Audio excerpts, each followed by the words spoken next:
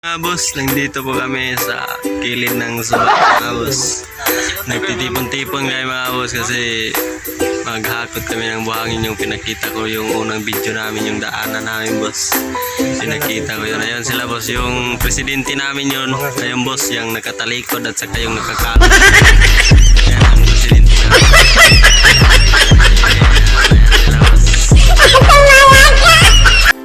Ayan na po boss, nagkakarga na kami sa aming kurmata mga boss. Kasi pabalik na naman kami sa pagtatambak. Ayun yung kasamahan namin.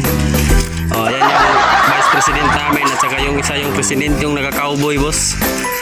Ayun, nagsasaging sila ng buhangin kasi pagbalik namin, yun naman ang ikakarga namin mga boss. Ayan.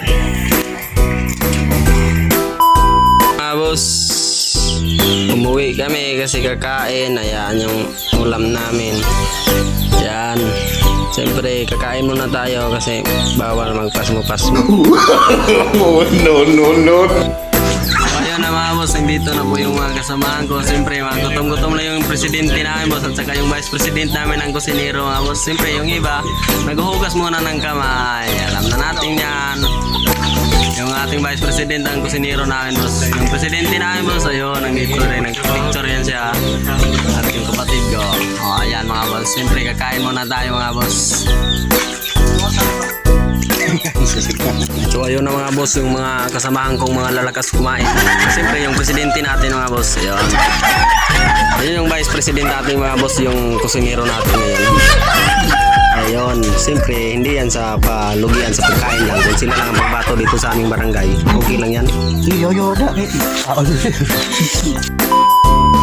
So ayun na po mga kabos, siyempre yung aming presidente sumama dito para makita kung ano ang gagawin pag tambak mga boss. Dito kami sa daanan. Siyempre yung presidente namin boss, cowboy ba yan boss? Cowboy yung kalon niya boss. Ayan.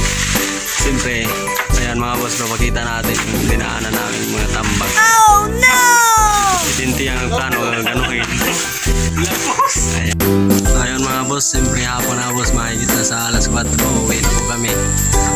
Sa susunod na po na buwan kung kailan kami mag-meeting para magkasabot para matapos ng aming tinambakan mga boss, kasi sobrang laki pa talaga na aming natambakan lang namin mga boss kasi wala kaming pira pang gawa ng simento.